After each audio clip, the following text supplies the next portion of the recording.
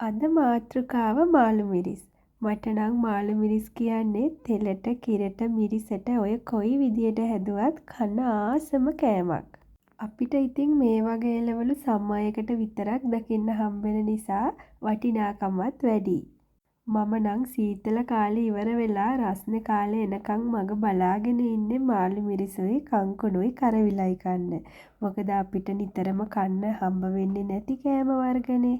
අද මම මේ හදන්නේ මාළු මිරිස් තෙල් දාන්න. ඔයාලා කලින් දැක්කත් වගේ මම ලෑස්ති කරගත්ත ඔක්කොම ටික ලිප ළඟට ලං කරගෙන මාළු මිරිස් තෙල් දාන මෙහෙයුම පටන් ගන්නයි යන්නේ.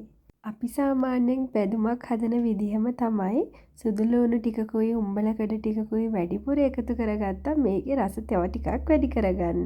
ලුණු ටිකක් කහ ටිකක් ගම්මිරිස් කුඩු ටිකක් දාලා මේක තෙම්පරාදු වෙන්න ඇරලා මාළු මිරිස් ටිකයි තක්කාලියි මං එකතු කරනවා. මට ඉතින් බැදුමක් කිව්වොත් තක්කාලි නැතුවම බෑනේ.